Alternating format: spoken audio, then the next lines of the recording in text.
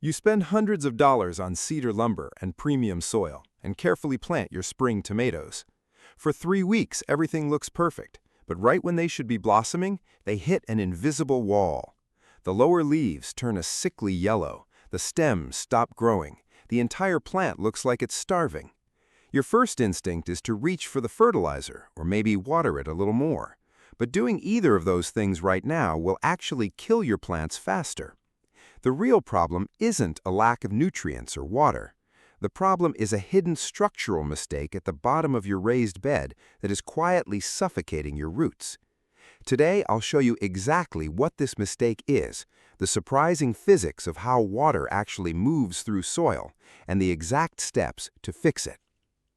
Raised bed gardening is perfect for saving your knees and your back. To get that comfortable height, beds are built taller, often 2 to 3 feet deep. But filling a deep raised bed is incredibly expensive. To save money, gardeners are constantly told to use cheap filler materials at the bottom. You've probably seen the advice: throw down a thick layer of gravel, broken terracotta, or dump raw wood chips and large logs into the bottom half. The result is always the same. During the cool, forgiving weeks of early spring, your shallow young transplants thrive in the top few inches of compost. But as June approaches and the plants need deep, resilient root systems, they push downward and hit a toxic, oxygen-depleted zone. This creates an incredibly frustrating cycle. You see yellowing plants, you assume they're thirsty, so you water them. The water vanishes from the surface, making you think it's draining perfectly. But beneath the surface, that water is pooling. You aren't growing vegetables anymore. You're accidentally running a hydroponic system with no oxygen. To understand why this happens, we have to look at the actual physics of soil hydrology. It comes down to a principle called the perched water table.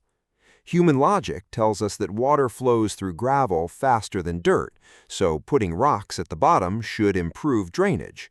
Soil physics dictates the exact opposite. Fine soil holds on to water tightly through capillary action, just like a paper towel soaking up a spill. Gravel and large logs have massive air gaps and almost zero capillary pull. When water travels down through your fine topsoil and hits that coarse gravel or bulky wood, it stops cold.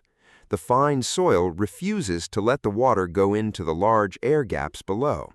It will literally suspend itself right above the gravel line.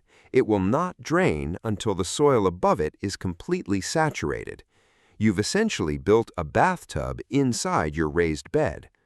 The bottom 6 inches of your growing soil stays completely waterlogged, and when roots hit this saturated zone, they drown, rot, and die. How do you know if a perched water table is destroying your raised bed? The visual cues are highly specific. First, look at the leaves. The hallmark symptom of suffocating roots is lower leaf chlorosis. The oldest leaves turn a pale, washed-out yellow, but the internal veins often remain slightly green. Many gardeners mistake this for a nutrient deficiency. But if you've been fertilizing and the plants are still yellowing, the nutrients aren't missing. The roots are simply too rotted to absorb them. Next, look at how your plants behave. If a tomato or pepper plant severely wilts in the midday sun, but the surface of your soil feels relatively moist to the touch, your roots are too shallow to keep up with the canopy's demand. But the ultimate diagnostic tool is the core test. Take a piece of PVC pipe or a long-handled trowel and drive it straight down into the center of your raised bed until you hit the bottom. A quick warning: if you line the bottom of your bed with hardware cloth to stop gophers, push gently so you don't puncture your wire. Pull your tool back up. If it comes up coated in black, slimy mud that smells faintly of sulfur or rotten eggs, you have found your anaerobic zone. That sour smell is hydrogen sulfide, a byproduct of bacteria in oxygen-starved environments. It is highly toxic to vegetable roots. If you are building a new raised bed this season, the solution is prevention through proper blending. Never create sharp, distinct layers of different materials. If you use the popular hugelkultur method with wood at the bottom, you must bridge the gap. Use partially rotted wood, fill the crevices tightly with native soil, then add a layer of smaller branches, then a layer of coarse compost, blending the edges of each layer into the next. For standard soil filling, follow the 60-30-10 rule. 60% high-quality topsoil, 30% organic matter like finished compost, and 10% aeration materials like perlite, pumice, or coarse river sand. But what if your bed is already built, planted, and suffering from a perched water table right now? You can't tear the bed apart. You have to break the barrier. 1. The rebar chimney.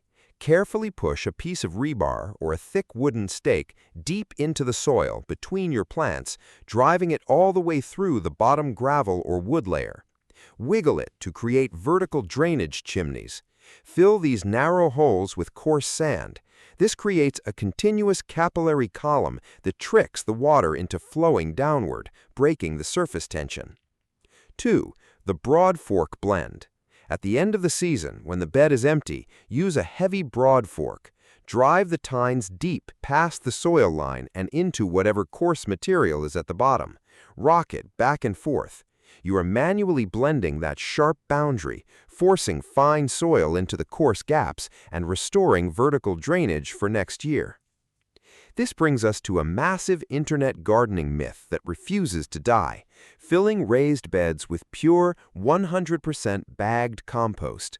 Compost is undeniably the best soil amendment on Earth, but as a standalone growing medium, compost is a structural time bomb. It is actively decomposing organic matter with almost no mineral structure, no sand, no silt, no clay. Over a single season, that pure compost will break down and your soil level will drop by up to half. By August, what started as fluffy, dark compost turns into a dense, heavy sludge. It acts exactly like a kitchen sponge that has been wrung out and left to harden.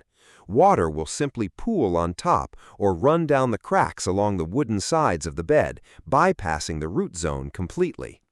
If you've experienced complete plant stunting in a bed full of compost, it is not your fault, it is the material's fault. Always remember, compost is plant food, but mineral topsoil is a plant's home. You must have that structural framework for roots to anchor and breathe. The success of your raised bed harvest is decided before a single seed is ever planted. It comes down to respecting the physics of water and the architecture of roots. Diagnose your existing beds with the core test to check for that sour anaerobic mud. If you're building new beds, never put gravel, rocks, or distinct layers of coarse material at the bottom. Always blend your soil layers together and build your beds with a base of real mineral topsoil, using compost as an amendment, not a total replacement.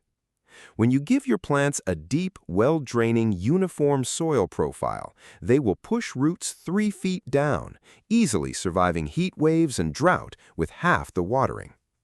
Proper soil structure is the foundation, but even perfect soil won't save your harvest if you are applying water incorrectly at the surface.